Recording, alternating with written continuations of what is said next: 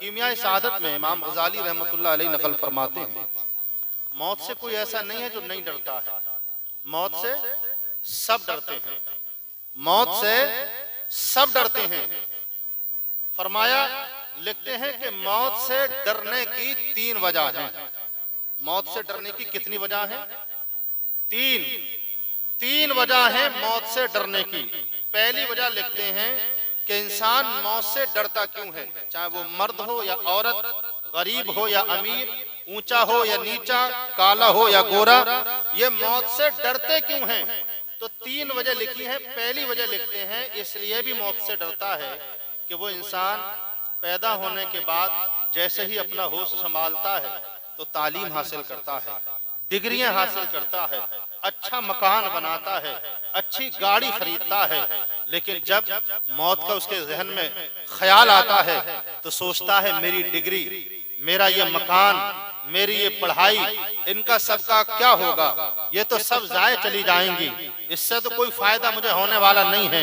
एक वजह इमाम गजाली रहमतुल्लाह अलैह ये नकल फरमाते हैं। दूसरी लिखते हैं कि बाद शादी के उसके बच्चे होते हैं, उसकी बीवी होती है, उनके ताल्लुक से वो ख्याल करता है कि मुझे मौत आ जाएगी, मेरे इन बच्चों का क्या होगा, मेरी बीवी का क्या होगा, मेरे बूढ़े माँ बाप का क्या होगा। दूसरी वजह ये इमाम गजाली रहमतुल्लाह अलैह नकल फरमाते हैं। और तीसरी वजह फरमाते हैं, तीसरी वजह ये है कि इंसान के जहन में ये फिक्र आती है, ये सोच आती है कि जब मेरा इंतकाल हो जाएगा, जब मैं मर जाऊंगा तो एक वक्त वो आएगा कि मुझे अल्लाह रब्बुल इज्जत के सामने पेश कर दिया जाएगा। जब मुझे रब अपने सामने खड़ा करेगा और मुझसे पूछेगा सुम्मा लतुसअलुन्ना यौमइदिन अनिन नईम, कि आज एक एक नेमत का हिसाब दे, तो जब मैं मर के रब के सामने पहुंचूंगा तो मेरे पास अगर कोई हिसाब न होगा तो मैं रब के सामने जवाब क्या दूंगा। ये 3 वजह इमाम गजाली रहमतुल्लाह अलैह ने नकल फरमाई। फरमाया पहले की दोनों जो वजह हैं वे बिला बेवजह हैं, पहले की दोनों वजह ये बेवजह है, इनका कोई मकसद नहीं है। और फरमाया ये तीसरी बात जो है, तीसरी बात ये मकसद वाली है। जो बात उसके जहन में ये आई कि अल्लाह रब्बुल इज्जत के पास जब मैं खड़ा होऊंगा, और याद रखना ये हमसे उलमाए किराम ये स्टेज पर बैठे हुए हैं, आपसे सबसे ये सवाल मेरा रब तबारक व तआला फरमाएगा, बता आज एक एक नेमत का हिसाब दे, एक एक नेमत का। कुरान करीम में अल्लाह तबारक व तआला इरशाद फरमाता है, वइन तउद्दू नेमतल्लाहि ला तुहसूहा, अगर तुम उसकी नेमतों को शुमार करना चाहो, गिनना चाहो, काउंटिंग करना चाहो तो नहीं कर सकते हो। लेकिन जब वो हिसाब लेने पे आ रहा है तो एक एक नेमत का हिसाब लेगा, एक एक नेमत का। अल्लाह तबारक व तआला ने कुरान मजीद में इरशाद फरमाया, वले शानुम व शफतैन व हदैनाहुन नजदैन फलक्तहमल अक़बा, मेरा रब फरमाएगा मेरे बंदे क्या तू भूल गया जो आंखों की रोशनी मैंने तुझे दी थी, जो चेहरा खूबसूरत मैंने तुझे दिया था, जो तेरे चेहरे की खूबसूरती के लिए 2 हाथ तेरे चेहरे पर लगाए थे, क्या मेरी नेमतों का शुक्र अदा तूने नहीं किया? क्या मेरी नेमतों को तू झुटला देगा? आज एक एक नेमत का हिसाब दे। जब बंदा कहेगा मैं कुछ नहीं जानता हूँ मौला, मैंने कोई तेरा शुक्र अदा नहीं किया, तब रब तबारक व तआला और गिनाएगा, अलम नजअल अर्दहु मिहादा वल जिबाला औतादा व खलकनाकुम अज़वाजा व जअलना नौमकुम सुबाता व जअलना लैला लिबासा व जअलना नहारा माशा व बनैना फौककुम सबअन शिदादा। ये जमीन का फर्श बिछाया था मैंने तेरे लिए, ये आसमान का शामियाना लगाया था मैंने तेरे लिए, इससे फसल पैदा की मैंने तेरे लिए, आसमान से पानी बरसाया था मैंने तेरे लिए, यहाँ तक के चलने फिरने के लिए 2 पैर दिए वो तेरे लिए, देखने वाली 2 आंखें दी थी वो तेरे लिए। आज तू ये बता जितनी नेमतें मैंने तुझे दी थी आज कितना तू शुक्र अदा करके आ रहा है, ये जवाब दे।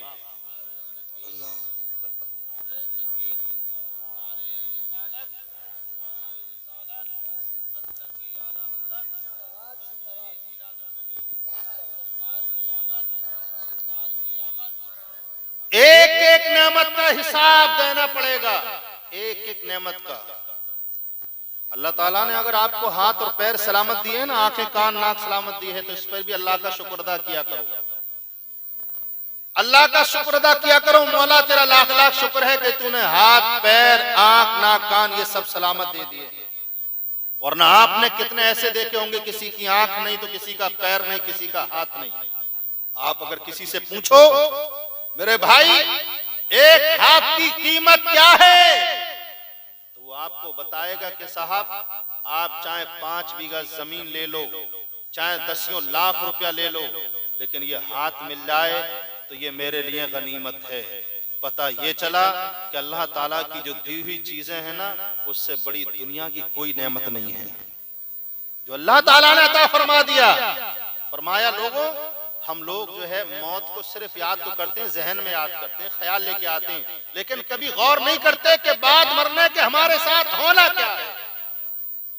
सिर्फ हम तो ये देखते हैं ना, जनाजा गया, नहलाया धुलाया, कफन दिया, कब्रिस्तान के हवाले कर आए, मिट्टी लगा करके चले आए। कभी आपने गौर किया कि उस पर क्या बीती होगी, सवाल और जवाब क्या हुए होंगे, पूछताछ क्या हुई होगी? कभी नहीं सोचा। क्यों? हमें इतनी फुर्सत मिले तब ना, हमारे जहन में ये बातें आए तब ना।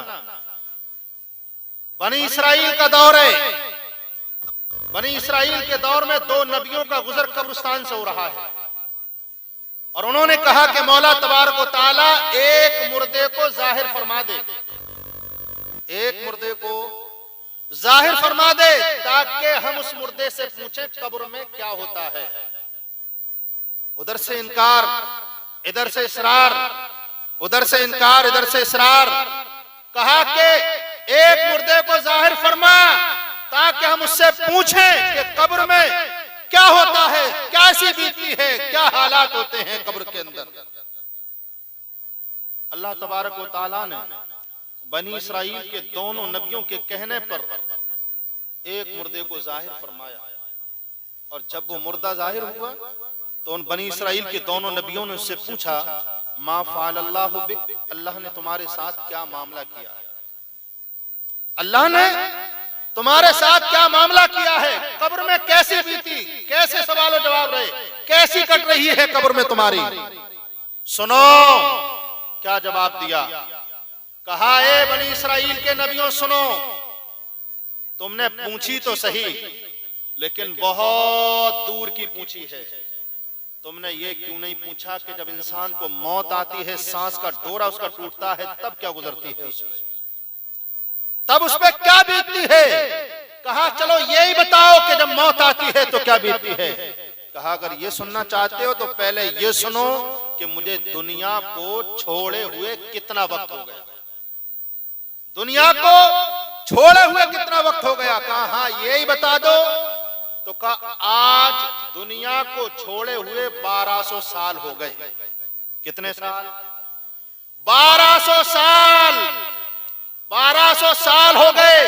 लेकिन जब मौत आई थी, मौत, और फरिश्ते ने रूह निकालना शुरू की थी, जो पहला झटका फरिश्ते ने दिया था, उस मौत के पहले झटके की कड़वाहट उस वक्त से लेकर के आज तक महसूस कर रहा हूं। तुमने पूछी तो सही, तुमने ये पूछी कब्र में क्या बीती है, तुमने ये क्यों नहीं पूछा जब मौत आती है तो क्या बीती है, ये क्यों नहीं पूछा। मेरे नबी करीम सल्लल्लाहु अलैहि वसल्लम, ये उलमाए किराम बैठे हैं यहाँ, नबी पाक सल्लल्लाहु अलैहि वसल्लम ने इरशाद फरमाया, मेरे सहाबा क्या तुम ये समझते हो कि जब फरिश्ता मलकुल मौत आता है तो अकेला आता है? नहीं, गिरोहे मलाइका के साथ आता है, फरिश्तों की जमात के साथ आता है। मेरे नबी पाक फरमाते हैं कि अगर सिर्फ मलकुल मौत उसकी रूह निकाले, मलकुल मौत रूह निकाले, तो फरमाया नबी पाक ने कि उसका जिस्म जमीन से इतनी जंपिंग कर जाए, इतना ऊपर जो है जंपिंग कर जाए कि 20 से 25 फीट ऊपर जंपिंग कर जाएगा, जो पहला झटका फरिश्ता देता है, पहला झटका देता है। कहा फिर नबी पाक सल्लल्लाहु अलैहि वसल्लम ने फरमाया कि कुछ फरिश्ते होते हैं जो पैर दबाए हुए होते हैं, पैर, कुछ फरिश्ते होते हैं जो हाथ दबाए हुए होते हैं, कुछ फरिश्ते सीने पे बैठे हुए होते हैं, कुछ फरिश्ते सर को पकड़े हुए होते हैं। तुमने तो यूं ही आसान समझ लिया ना कि इंतकाल हो गया, साहब इंतकाल हो गया, फला का इंतकाल हो गया। नहीं, गौर करो मौत आती है किस तरह। तुमने सिर्फ यही सोच लिया प्यारे इस्लामी भाइयों, मौत आई और हमने साफ माइक जो है उस पे मोबाइल पे फोन आ गया, चलो साफ फला रिश्तेदारी में इंतकाल हो गया। कभी तुमने गौर किया इस चीज पे कि बीतती क्या होगी, क्या गुजरती होगी।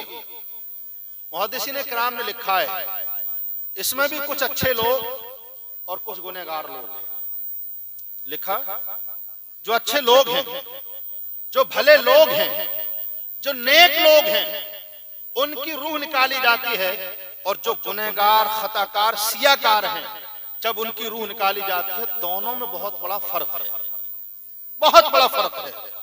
फरमाया कि जब गुनहगार की रूह निकाली जाती है और नेक की रूह निकाली जाती है, तो सुनो, नेक की रूह किस तरह निकाली जाती है? नेक की रूह इस तरह निकाली जाती है, मिसाल उन्होंने यूं बयान की कि जिस तरह हमारे घरों के अंदर हमारी बहन बेटियां, माएं रोटी तैयार करने के लिए आटा गूंदती हैं, और उस आटे में सर का बाल गिर जाता है, बाल गिर जाता है, तो उसे बहुत आसानी से निकाल लेती हैं, यहां तक कि न बाल टूटता है और ना ही उससे आटा लगता है, ना उससे आटा लगता है। कुछ लोग नेक ऐसे भी होते हैं जिनकी रूह इतनी आसानी से निकाल ली जाती है, सुभान अल्लाह।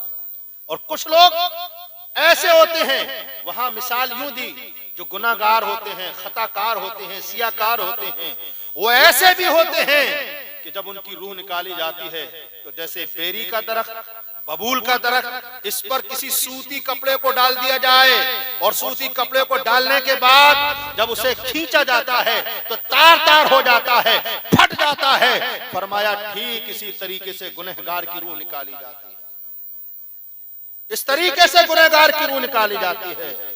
प्यारे इस्लामी भाइयों, मौत इससे जरूर याद रखा। नबी करीम सल्लल्लाहु अलैहि वसल्लम ने फरमाया कि इंसान को जब तकब्बुर आ जाए ना, तो वो मौत को याद करे। इंसान को जब दिल उसका मुर्दा पड़ जाए, सिया पड़ जाए, उसके दिल पर कोई बात असर ना करती हो, तो फिर वो कब्रिस्तान जाया करे, कब्रिस्तान जाया करे। वहां जाने के बाद देखे कि ये कब्र गांव के प्रधान की है, ये कब्र फला की है, ये कब्र बड़े अमीर की है, ये कब्र फला दबदबे वाले की है, ये कब्र उसकी है, लेकिन आज सब उसी कब्रिस्तान के अंदर बराबर बराबर बराबर बराबर लेटे हुए हैं। फरमाया अगर किसी को तकब्बुर होगा, तकब्बुर दूर होता है, अगर किसी को घमंड होगा तो घमंड दूर होता है, अगर किसी का दिल सिया पड़ जाए तो उसके दिल पे जो है चमक आती है, जब वो बंदा ऐसी जगहों पर जाकर के खौफ खुदा दिल में पैदा करता है।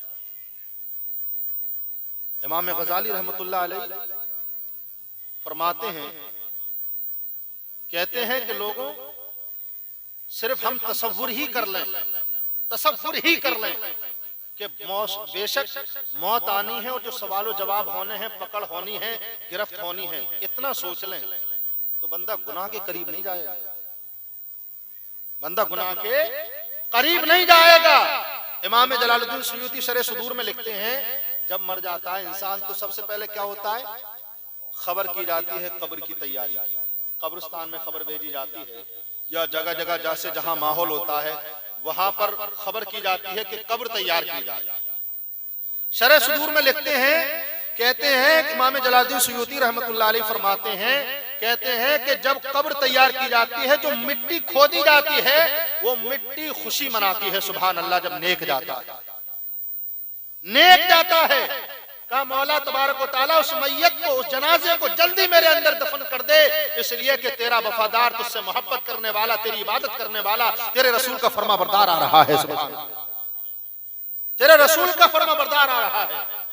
आगे लिखते हैं इमाम जलालुद्दीन सुयूती रहमतुल्लाह अलैह कि वही शख्स अगर गुनहगार होता है, खताकार होता है, जब कब्र खोदी जाती है ना, मिट्टी कहती है ना मौला मेरे पास मत भेजना, मेरे पास उसे मत भेजना, वो तेरा भी नाफरमान है, तेरे महबूब का भी नाफरमान है, अगर आएगा मौला तो मुझे इजाजत देना, वला तमशी फिल अर्दि मरहा, ताकि मैं उसे दबाऊं, ताकि मैं उसे दबाऊं, मुझे इजाजत देना।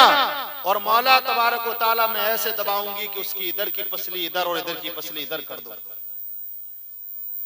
हमने कभी गौर ही नहीं किया, हमने कभी सोचा ही नहीं। आज बहुत से अक्सर लोग हमारे भाई ऐसे हैं जो कभी इमामों के पास नहीं बैठते हैं, कभी उलमा के पास नहीं बैठते हैं, कभी दीन का मसला नहीं सीखते हैं। कितने लोग ऐसे होंगे, मैं कहता हूं इस गांव के नहीं, मैं हर मुसलमानों के गांव की कहता हूं, हाँ, इल्ला माशाल्लाह कुछ गांव ऐसे भी होंगे जहां के मुक्तदी इस बात में एक्टिव होंगे, तैयार होंगे, वरना गांव में से अगर 100 लोग इकट्ठे करिए और आप उन 100 से पूछिए कि मैयत को गुस्ल कैसे दिया जाता है, 10 लोग भी ऐसे नहीं निकलेंगे सही तरीके से बता। 10 लोग 100 में से ऐसे नहीं होंगे। अब तो साफ कफन भी रेडीमेड मिलता है, कफन तैयार मिलता है, वो जाते हैं हम उठा करके ले आते हैं। पहले लोग थे घर पे कफन तैयार करते थे, साइज लेते थे मैयत का। अब तो पता चला लंबा है, छोटा है, गट्टा है, कोई मतलब नहीं, पतला है, मोटा है, कोई मतलब नहीं है, बस तैयार किया हुआ ले आए और उसी कफन पे पता चला दफना दिया। कफन के ताल्लुक से भी मेरे नबी करीम ने इरशाद फरमाया कि मैयत को जितना बेहतरीन कफन दे सको उतना बेहतरीन कफन दो, जितना अच्छा कफन दे सको उतना अच्छा कफन दो। लेकिन लोग इन चीजों में भी प्यारे इस्लामी भाइयों, एक रेट खुला हुआ। हमने अक्सर देखा, शहर में हम रहते हैं, वहां एक साहब कहने लगे कि इमाम साहब जैसे कुरान शरीफ का रेट तय नहीं करते वैसी कफन का भी तय नहीं करते। मैंने तुम तो कफन वालों को मालदार कर दो, कफन वाले फिर तो मालदार हो जाएंगे। अरे भाई कोई मसला नहीं है, कुरान शरीफ भी अगर आप लेने जा रहे हैं, लोगों में ये बात पता नहीं कहां से आई और कैसे फैली कि कुरान शरीफ जब आप ले रहे हैं तो साहब रेट नहीं कीजिए। क्यों नहीं कि कागज अच्छा है, अगर उसमें फट्टा अच्छा चढ़ाया हुआ है, अच्छे अल्फाज में लिखा हुआ है, तो जाहिर सी बात है उसकी कीमत ज्यादा होगी, जाहिर सी बात है उसकी रकम ज्यादा होगी। मैं उस लिहाज से नहीं कह रहा हूं कि कुरान की रकम ज्यादा होगी, कुरान तो एक ही है, कुरान एक ही है। लेकिन याद रखो प्यारे इस्लामी भाइयों, मैयत के गुस्ल को लोग पता नहीं क्या पहाड़ समझते हैं। मैयत के गुस्ल को क्या कैसे दिया जाता है ये आप सुनिए और मेरी माँ बहनें भी सुने, और आप हजरात इस चीज को हमेशा जहन में रखिएगा। सबसे पहले तो ये याद रखिए मैयत के गुस्ल में फर्ज कितने हैं। मैयत के गुस्ल में सिर्फ एक फर्ज है। कितने फर्ज है? सिर्फ एक। सर से लेके पूरे बदन पर पानी बहा देना। अगर किसी को कुछ भी ना आता हो, कुछ भी ना आता हो और पूरे बदन पे पानी बहा दिया तो समझ लो मैयत का गुस्ल हो गया, मैयत का गुस्ल हो गया। अब उसमें कुछ मुस्तहब, कुछ सुन्नतें हैं जिन्हें हम और आप अदा कराते हैं मुर्दे के लिए। पहले हम क्या करते हैं, जो मैयत के लिए जिस पे लिटाया जाता है वो तख्ता मस्जिद से जब लेकर के आते हैं तो सही तरीका मैं बता रहा हूं ये है कि आप उस तख्ते को लाने के बाद जहां मुर्दे को नहलाना है वहां पे आप उसे धूनी लगाएं, तख्ते के धूनी लगाने के बाद जो मैयत को गुस्ल दे वो हाथ में थैली पहने, फिर 3, 5, 7, 9 या जितने की जरूरत हो इतने ढेले ले और ढेले से मैयत को इस्तंजा कराए और फिर वुजू कराए। जैसा वुजू जिंदा करते हैं ठीक वैसी वुजू मैयत का है, लेकिन फर्क उसमें क्या है, जैसे जिंदा कुल्ली करता है, नाक में पानी चढ़ाता है, तो मुर्दे के लिए कुल्ली नहीं कराना है, नाक में पानी नहीं चढ़ाना है, बल्कि रुई का एक गुल्ला लें आप, रुई का, और उसे भिगोएं पानी में, और जहां तक आसानी से जा सके, पता चला ये नहीं कि मुर्दे को तकलीफ हो रही है, आप उसके हलक को या मुंह को चीड़ करके बहुत अंदर तक लेके जा रहे हैं, नहीं, जितना आसानी से हो, जितना आसानी से हो उसी रुई के गुल्ले को आप घुमा दीजिए, नाक के नक तक, जो सुराखों में जहां तक पहुंच जाए आप इस तरह कर लीजिए, चेहरा धुला दीजिए, मसा करा दीजिए, कौनियों समेत उसके हाथ धुला दीजिए, पैर धुला दीजिए, ये उसका वुजू हो गया। उसके बाद दाईं तरफ से फिर बाईं तरफ से फिर सर से पानी डाल दीजिए, फिर उसे उठा लीजिए, उठाने के बाद हल्के हल्के सीने की तरफ से दबाते हुए लाइए। अगर कोई गंदगी निकलती है तो अब दोबारा वुजू कराने की जरूरत नहीं है, दोबारा नए सिरे से गुस्ल कराने की जरूरत नहीं है, बल्कि उसे आप बहा दीजिए, पानी की जरूरत हो तो इस्तेमाल कर ले लीजिए और ना हो तो कोई बात नहीं है। ये मैयत का गुस्ल हो गया, ये मैयत का गुस्ल हो गया। अगर आसानी से समझ में ना आया हो तो और आप अपने मस्जिद के इमाम साहब से पूछ लीजिएगा, ये मैयत का गुस्ल है। उसके बाद कफन देने के बाद फिर हम कहां लेकर के जाते हैं, नमाजे जनाजा के लिए। किस लिए लेकर के जाते हैं? नमाजे जनाजा के लिए। अब इसे भी अल्लामा जलालुद्दीन सयूती रहमतुल्लाह अलैह शरह सदूर में लिखते हैं, कहते हैं जब हम नमाजे जनाजा के लिए जाते 3 कौल इन्होंने नकल किए। पहला कौल ये नकल किया कि अगर जिस नमाजे जनाजा में 100 लोग शामिल हो जाएं, कितने लोग? 100 लोग शामिल हो जाएं, और 100 लोग जब नमाजे जनाजा पढ़ें, मैयत गुनहगार हो, खताकार हो, सियाकार हो, इन 100 लोगों की वजह से अल्लाह मैयत की खताओं को माफ फरमा देता है, अल्लाह मैयत की खताओं को माफ फरमा देता है। पहला कौल नकल किया। दूसरा कौल नकल करते हैं, उसी नमाज जनाजा में अगर सिर्फ 40 लोग हो जाएं, कितने लोग? सिर्फ 40 लोग हो जाएं, 40, तो फरमाया कि 40 लोग हो जाएं, नमाज जनाजा पढ़ लें, तो अल्लाह ताला उस मैयत की मगफरत फरमा देता है। अल्लाह ताला उस मैयत की मगफरत फरमा देता है। तीसरा कौल फरमाया नकल किया, कहा कि जिस मैयत की नमाज जनाजा में 3 सफ़े बन जाए, 3 सफ़े, कितनी सफ़े? 3 सफ़े। और ये भी बताया कि पहली सफ़ में 7 आदमी हो, दूसरी में 5 हो और तीसरी में 3 हो जाए, तो ये भी सब शुमार हो जाएगी। सुभान अल्लाह। फरमाया कि तीसरा कौल ये है कि जिसकी नमाज जनाजा में 3 सफ़े हो जाए, 3, जिसकी नमाज जनाजा में 3 सफ़े हो, अल्लाह ताला उस मैयत की भी मगफरत फरमा देता है, उस मैयत की भी मगफरत। अब ये 3 कौल आपने सुने। पहला, जिसकी नमाज जनाजा में 100 लोग हों, दूसरा जिसकी नमाज जनाजा में 40 लोग हों, तीसरा जिसकी नमाज जनाजा में 3 सफ़े हों। लेकिन इसमें शर्त है, मैयत गुनहगार हो, खताकार हो, गुनहगार हो, तो अल्लाह उसकी मगफरत फरमा देता है।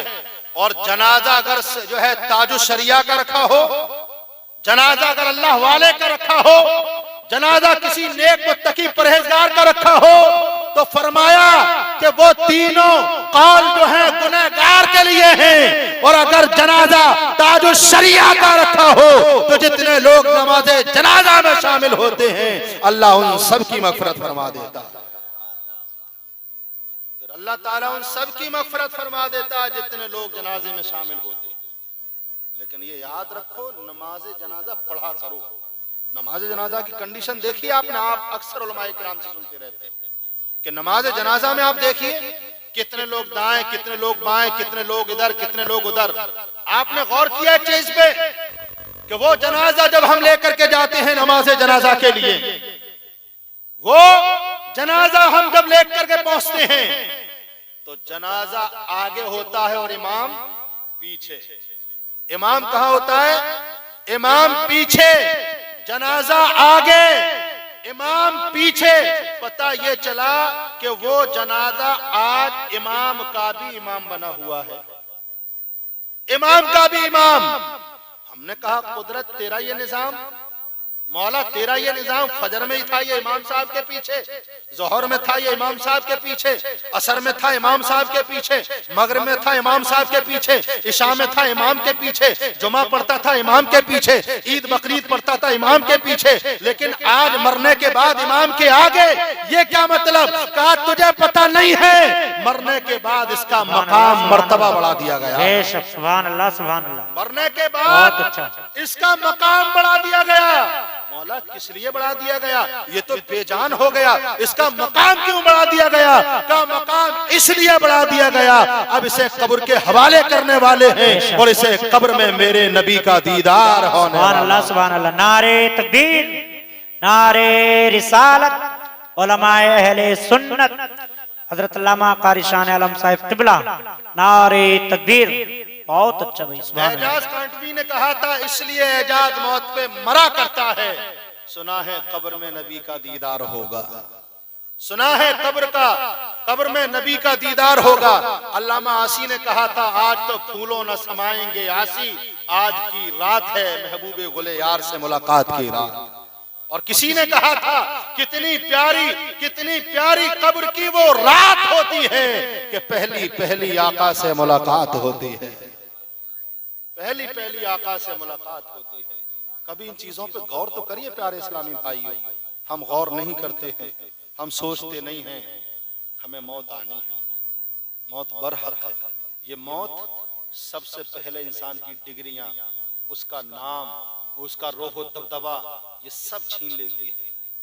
मरने के बाद कोई ये नहीं कहता आकर के प्रधान जी कहाँ हैं, मरने के बाद कोई ये नहीं कहता डॉक्टर साहब कहाँ हैं, मरने के बाद कोई ये नहीं कहता वकील साहब कहाँ हैं, बल्कि आने के बाद यही पूछता मैयत कहाँ है, मैयत को गुस्ल हो गया या नहीं हुआ है, मैयत की नमाज जनाजा कहाँ होगी, ये पूछता है। तो पता ये चला फिर गुरूर किस बात का, फिर तकब्बुर किस बात का।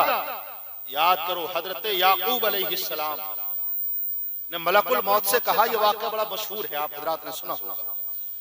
मलकुल मौत से कहा कि मलकुल मौत, जब मेरी रूह कब्ज करने आओ तो पहले कासिद के हाथ खत भेज देना या कासिद भेज देना, ताकि मेरी रूह कब्ज करने को जब आओ तो मैं तैयार तो रहूंगा ही, लेकिन और तैयारी हो जाए, और तैयार हो जाऊं। कहा ठीक।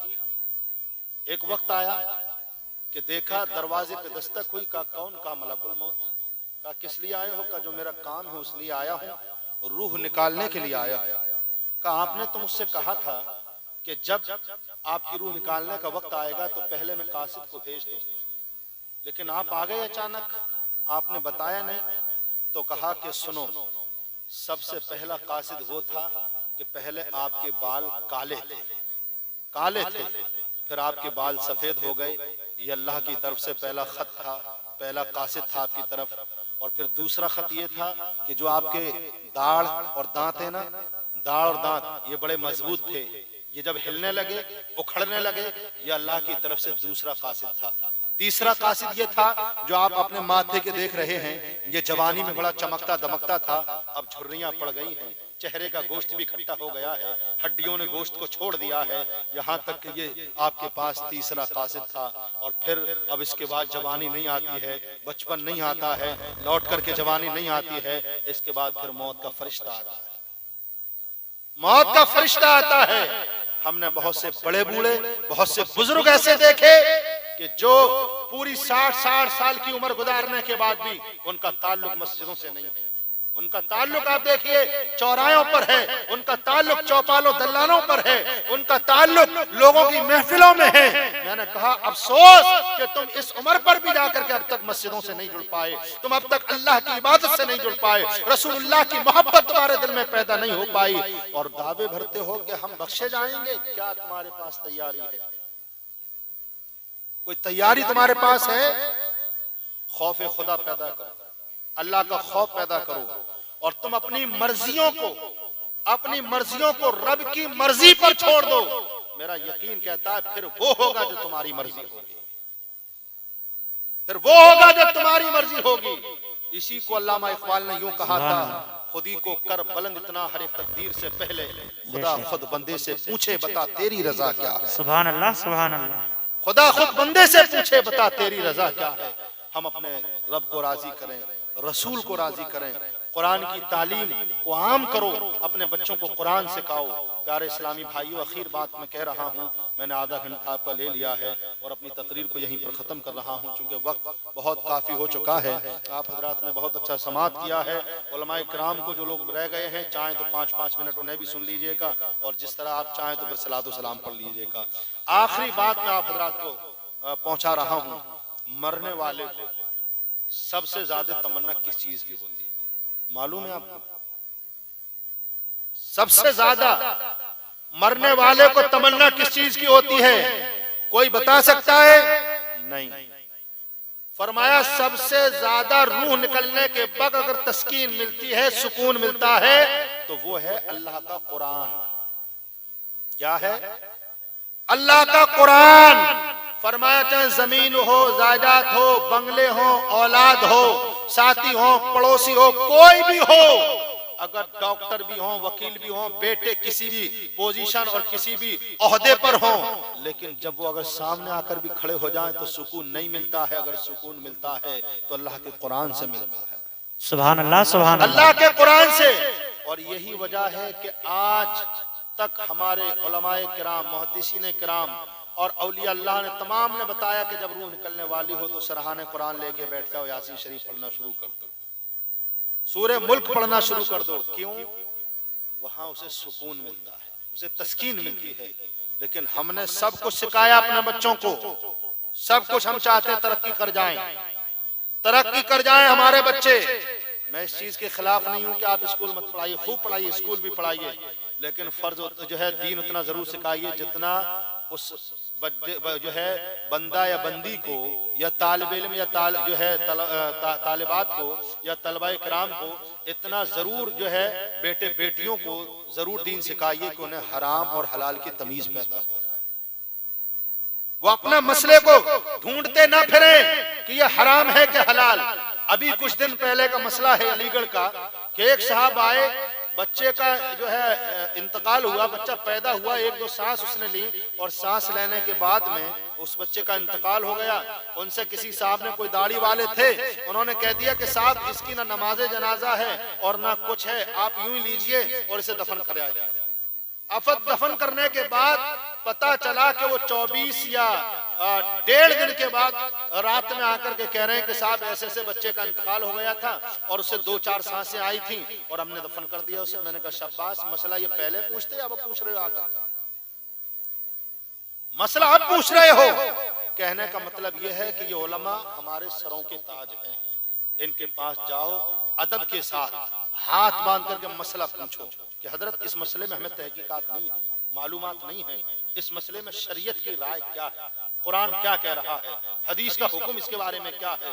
अपनी तरफ से हर तरफ घोड़े न दौड़ाओ, अपनी तरफ से सारे फैसले मत करो। मैंने कहा आपने ये फैसला कैसे ले लिया?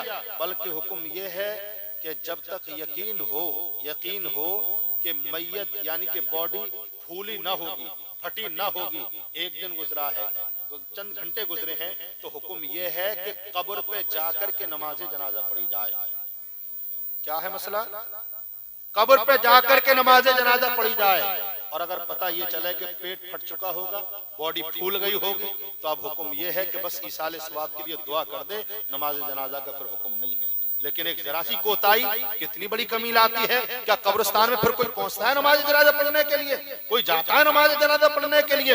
कहने का मतलब यह है प्यारे इस्लामी भाइयों, मैं कहना यह चाह रहा हूं, अपने बच्चों को जो जितनी भी तालीम चाहे आप दिलाना, लेकिन कुरान जरूर सिखाना, ताकि जब तुम्हारे इंतकाल का वक्त आए, कोई आए या ना आए, रिश्तेदार बाद में आते हैं, महल्ले वाले बाद में आते हैं, अजीजो अकरबा बाद में आते हैं, दोस्त अहबाब बाद में आते हैं, लेकिन अगर तुम्हारा बेटा, तुम्हारी बीवी, तुम्हारी बेटी अगर ये कुरान पढ़े हुए होंगे तो ये सराहने लोग तो तुम्हारे इंतकाल की खबर सुनने को होंगे कि हम तक खबर पहुंचे तब हम जाएंगे। लेकिन यही तुम्हारा बेटा, यही तुम्हारी बेटी ये इस बात के इंतजार में नहीं होंगे, बल्कि ये अल्लाह का कुरान लेके बैठ जाएंगे और तुम्हें यासीन शरीफ सुनाएंगे, और फिर उसी बीच में कुरान की तिलावत होते हुए तुम्हारी रूह कसरे से परवाज कर।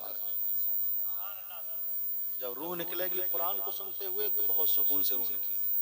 कब्र में सवाल होते हैं, मर रब्बुका मा दीनुका हल अंता तक़ूलु फी शान हक़ हाज़ा रजुल। जानते हैं ये लोग, हम और आप कह रहे हैं ना यहाँ पे स्टेज पे, या आप कह रहे हैं ये मर रब्बुका, ये सवाल होगा मा दीनुका। ये भी फरमाया, कहा कि अगर वो दीनदार है, नेक है, तो ये सवाल याद रहेंगे कब्र में। अगर वो नेक नहीं है, मुत्तकी नहीं है, परहेजगार नहीं है, अल्लाह उसके रसूल को राजी नहीं करा, तो ये सवाल भूल जाएगा वो कब्र में, उसे ये सवाल याद नहीं आएंगे। लेकिन आखिर जुमला में देकर के जा रहा हूं, फरिश्ते जब पूछे ना मर रब्बुका, तेरा रब कौन है, जवाब दे देना मेरा रब अल्लाह है, मेरा रब अल्लाह है। मा दीनों का, तेरा दीन क्या है, जवाब दे देना मेरा दीन इस्लाम है। लेकिन जब आप बारी आए ना महबूबे बारी की, जब बारी आए ना उस रसूल अकरम की, जब बारी आए ना नैयर आजम की, जब बारी आए ना आमना के लाल की, फरिश्ते पूछे ना हल अंता तक़ूलु फी शान हक़ हाज़ा रजुल, बता इनके बारे में क्या कहता है।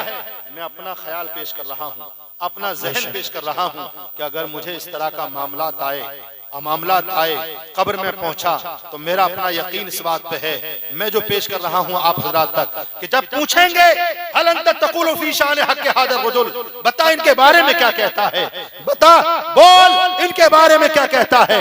मैं खामोश रहूंगा, कोई जवाब नहीं दूंगा, खामोश रहूं, कोई जवाब ना दूं। जब कुछ देर हो जाए, कुछ वक्त हो जाए, तो फिर मैं नहीं, आमना के लाल बोले, रसूल अकरम बोले, नैयर आजम बोले, कहा फरिश्तों इससे क्या पूछते हो, मुझसे पूछो। ये कब्र में आने वाला कोई आम नहीं आया है, ये मेरा गुलाम आया है, मेरा मस्ताना, मेरा फरजाना, मेरा चाहने वाला है। बहुत अच्छा भाई, बहुत अच्छा, सुभान अल्लाह, सुभान अल्लाह। मुझसे पूछो, ये कब्र में आने वाला मेरा मस्ताना आया है, सुभान अल्लाह।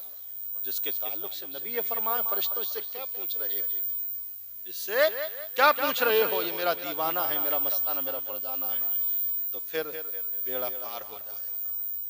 दुआ मांगा करो कि अल्लाह ताला मौत के वक्त हमें नबी करीम का दीदार नसीब अता फरमाए। दुआ ये भी मांगा करो कि अल्लाह ताला हमें ईमान की हालत में जिंदगी और ईमान की हालत ही में मौत नसीब अता फरमाए। लोग मौत तो मांगते, ईमान की हालत में जिंदगी नहीं मांगते। अल्लाह तबारक व तआला की बारगाह में दुआ है कि मौला तबारक व तआला, अब काफी वक्त हो चुका है, कौन सी नात?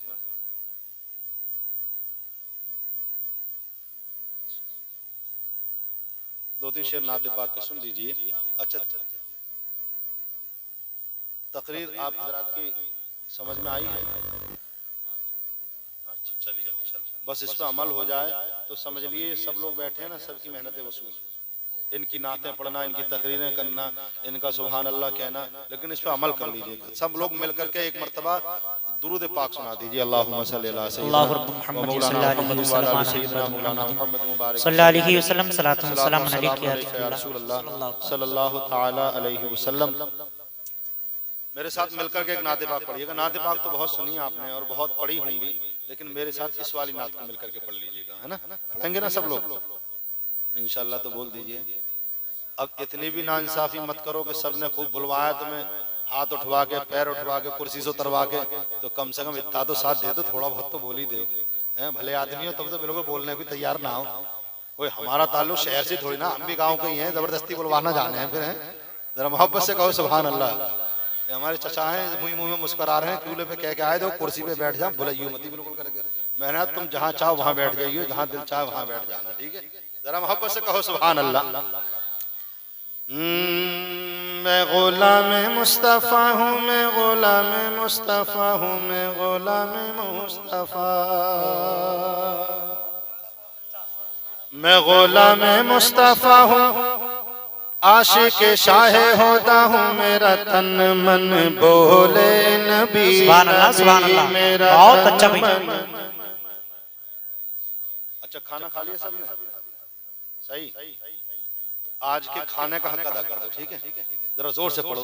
मेरा तन मन बोले नबी नबी। जी जी बताओ। माशाल्लाह हमारे हकीकत भाई बैठे हुए शुरू से समाअत कर रहे हैं, और चूंकि लंबे चौड़े आदमी है थोड़ा सा, तो इनका भी ख्याल भरपूर रखना पड़ता है। जरा मोहब्बत से कहें सुभान अल्लाह। सुभान अल्लाह, सुभान अल्लाह। बहुत मोहब्बत करते हैं माशाल्लाह। ये सब उलमाए किराम स्टेज पे बैठे हुए हैं, ये सब काबिल इज्जत है माशाल्लाह। और मोहब्बत के साथ कहिए सुभान अल्लाह, सुभान अल्लाह। माइक तुम्हारा बहुत अच्छा बोल रहा है, अल्लाह ताला तुम्हारे माइक में भी बेपनाह बरकत अता फरमाए। और अच्छा माशाल्लाह। लेकिन यहाँ माइक में रिश्तेदार थोड़ी नहीं है, वो तो इंसानियत में रिश्तेदार है। मोहब्बत से कहें सुभान अल्लाह, सुभान अल्लाह, सुभान अल्लाह। मेरा तन मन बोले नबी नबी, मेरा तन मन बोले नबी नबी। जब मदीना याद आए दिल कहीं न चैन पाए, जब मदीना याद आए दिल कहीं न चैन पाए, दिल की धड़कन बोले नबी नबी, दिल की धड़कन बोले नबी नबी।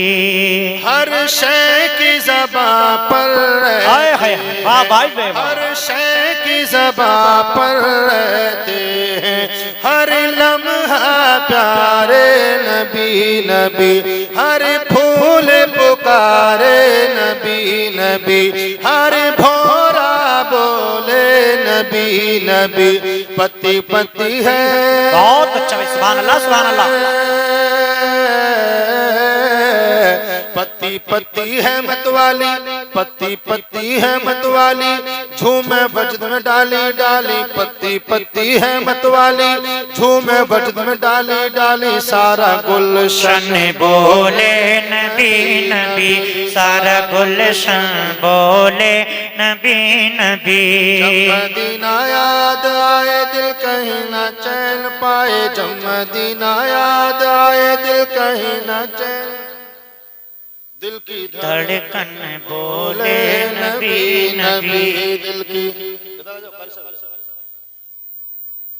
और जरा मोहब्बत से कहिए सुभान अल्लाह।